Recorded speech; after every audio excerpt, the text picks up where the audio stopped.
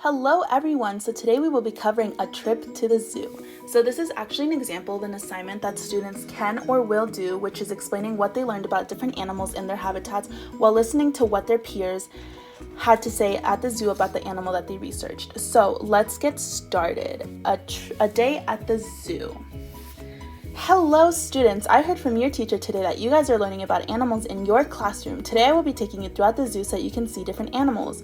Yes class, as the zookeeper said, we have been learning about animals in class and where they come from. So as we visit each exhibit, I want at least one of you to talk about the animal that lives there so I know you guys researched animals well.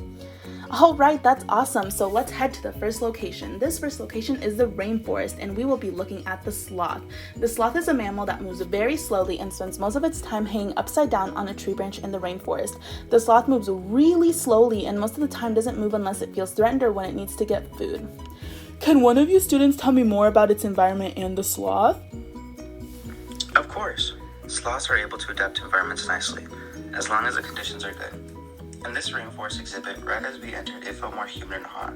It's just like the actual environment would be. The exhibit also has trees, so the sloths are able to easily find a home. Sloths don't need a lot to survive, but having a tree branch in their home, so it's important that they have that.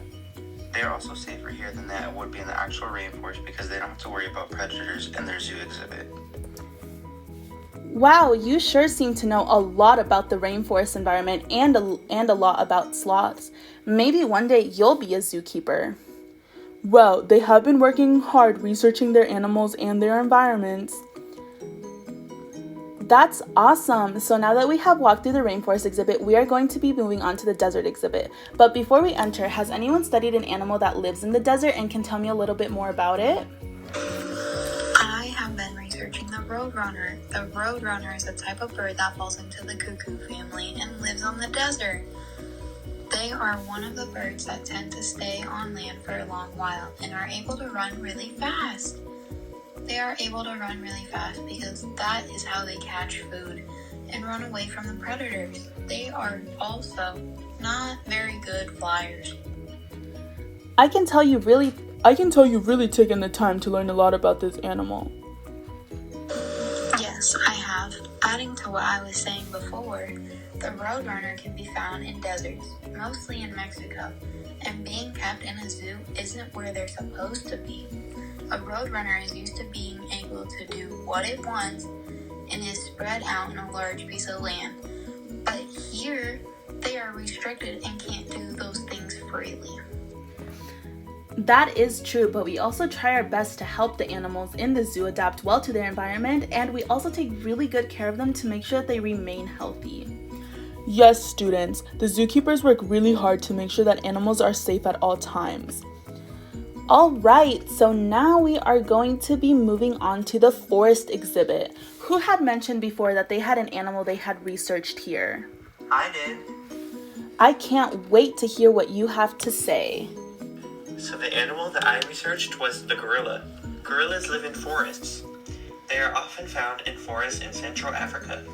The gorilla is an herbivore, which means that it only eats plants and rarely ever meat. They are very protective animals and they will defend their territory and families no matter what.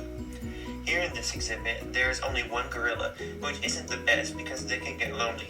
But the zoo also did that as a positive thing because if two male gorillas are placed together, they may see each other as a threat and want to fight.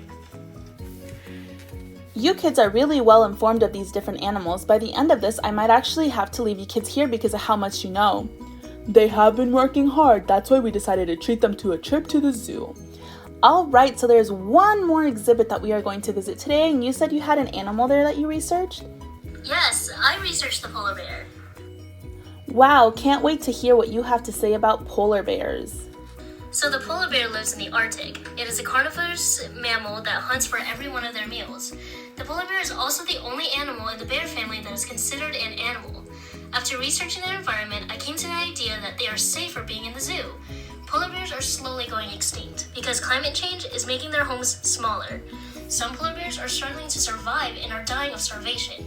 Here in the zoo, they are kept safe because their exhibit is designed just how the Arctic is like, and they are fed for every meal, so they can't starve to death.